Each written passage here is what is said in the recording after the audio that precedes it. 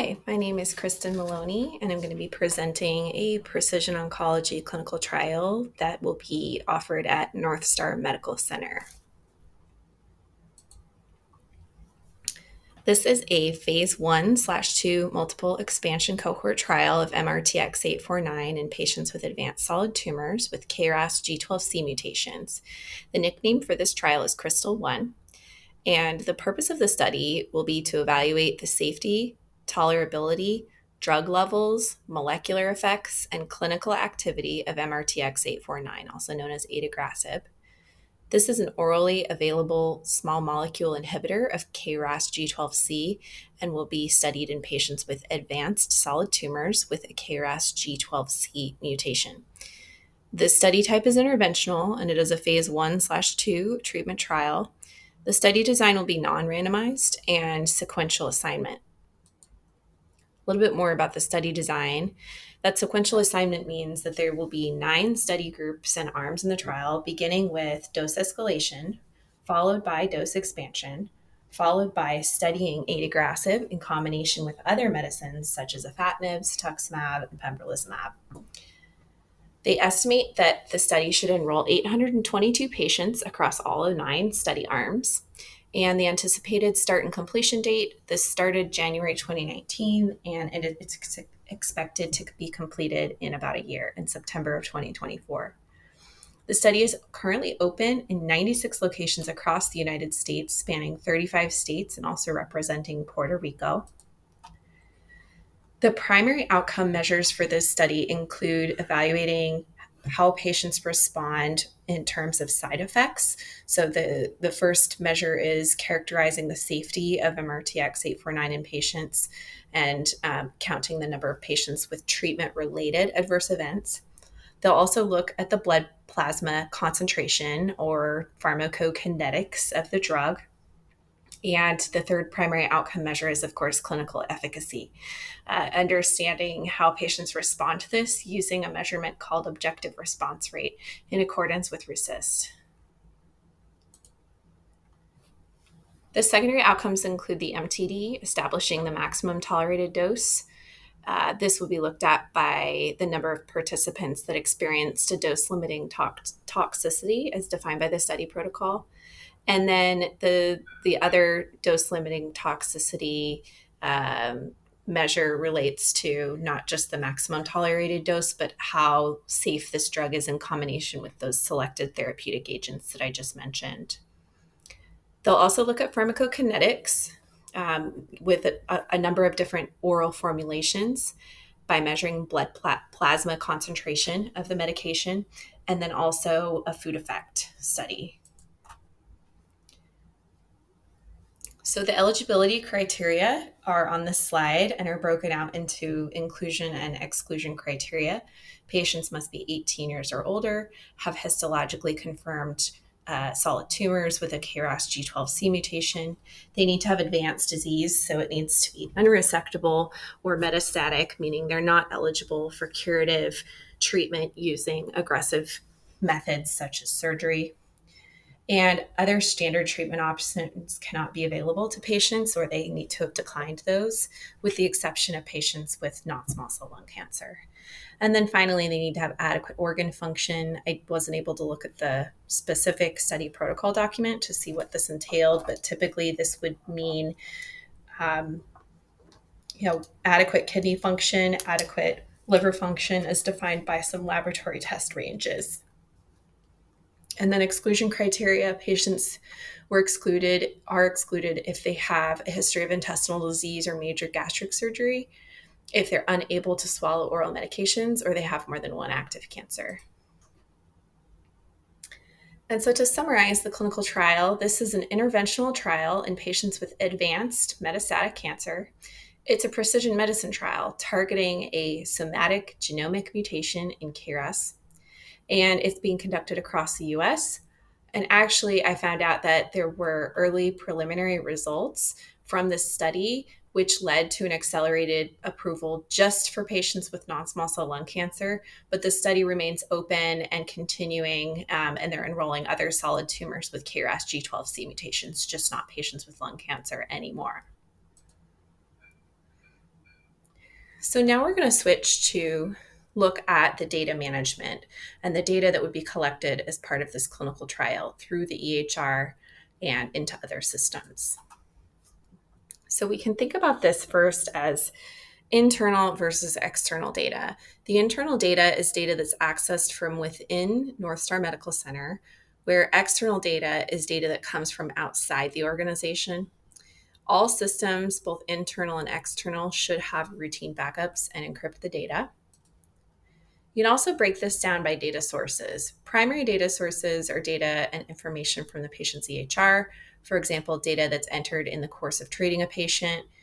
This might be things like administrative data, clinical notes, diagnosis, demographics, procedure codes, laboratory tests, and primary data would be used to both document the patient's visit and bill insurance. I didn't mention on the slide because this study doesn't require it, but other studies might utilize additional primary data sources such as patient-reported outcomes and wearable technology. Typically, these sources come from the EHR, but they also may come from lab information systems, which may or may not be integrated with the EHR. Genomic testing labs, same thing. A separate radiology system, which stores the images taken as part of the imaging on the study. And the practice may or may not have a data warehouse, which could potentially be utilized if it's available. And the elements would be broken out into all primary data sources are comprised really of structured data, unstructured data, documents, and images. And those are kind of just the main types of data that would be collected across these different systems as primary data sources. Secondary data sources are indexes and registries. The data is extracted from the patient's record and reported to external organizations such as cancer registries to capture the number of patients treated for cancer. In this instance, the main secondary data source would be the EDC, and this is where data would be manually extracted from the EHR and then entered into the EDC system chosen by the study sponsor. And the data there would be used as essentially a copy of the primary data source and could be used, could be combined with information gleaned from previous clinical studies as well as preclinical studies for aggregation, monitoring, safety, and statistical analysis. So how will data integrity be maintained? So first of all, data should be backed up in both primary and secondary source systems and accessible remotely for study sponsor monitoring.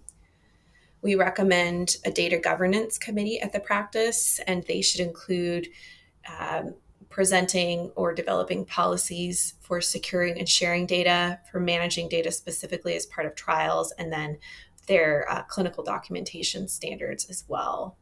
So we recommend that in that data documentation and use strategy, the principles from AHIMA are very helpful in terms of information governance, and those are listed here on the right: accountability, transparency, integrity, protection, compliance, availability, retention, and disposition. And a little bit more on data integrity. In the clinical trial landscape, data should not be collected for research purposes until we've obtained informed consent from the participant. Also, timeliness of the data is key. The study sponsor may have timelines for how long a visit occurs after, how long the information needs to be available in the EDC after a visit occurs. And there's good clinical practice principles in clinical research documentation that can be memorized using the acronym ALCOA. ALCOA stands for attributable, legible, contemporaneous, original, and accurate. And what type of data analytics will be used? Well, first of all, the data mining has to happen by site staff. Typically, it's a research data coordinator or team of coordinators that enter the data from the EHR into the EDC. This is a manual process. However, there are emerging tools to automate source data acquisition from the patient's record into clinical trial research databases and EDC or case report forms.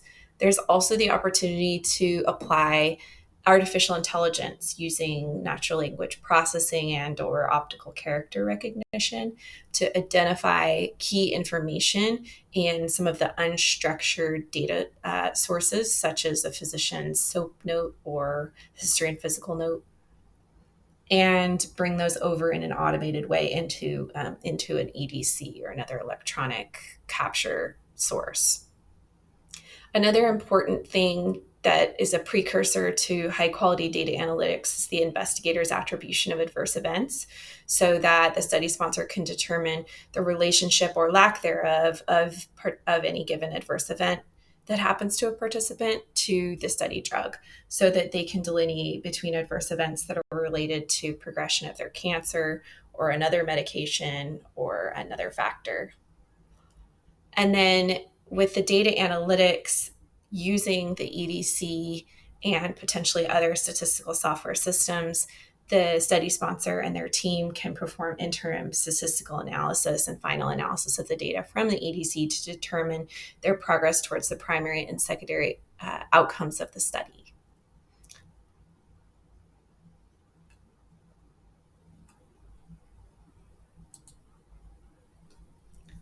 So, finally, there are some implications to health outcomes with this study. Ultimately, the goal is that patients with KRAS G12C mutations can receive equally or more effective treatment. That's the aim. And the hope with doing by establishing the safety and efficacy of a promising new targeted therapy that can be used in precision oncology is to achieve that. And so they're looking at the most effective dose, trying to understand the side effects, and trying to understand if this new treatment can safely be combined with other therapies. One final consideration is that from an ethics and regulatory perspective, the endpoints of the study must be established before the drug can advance to a later phase clinical trial, where it might be studied in a slightly different clinical setting earlier on in the course of a patient's journey. Here are my references. And I just want to close with saying thank you, and we look forward to working with North Star Medical Center on this precision oncology trial.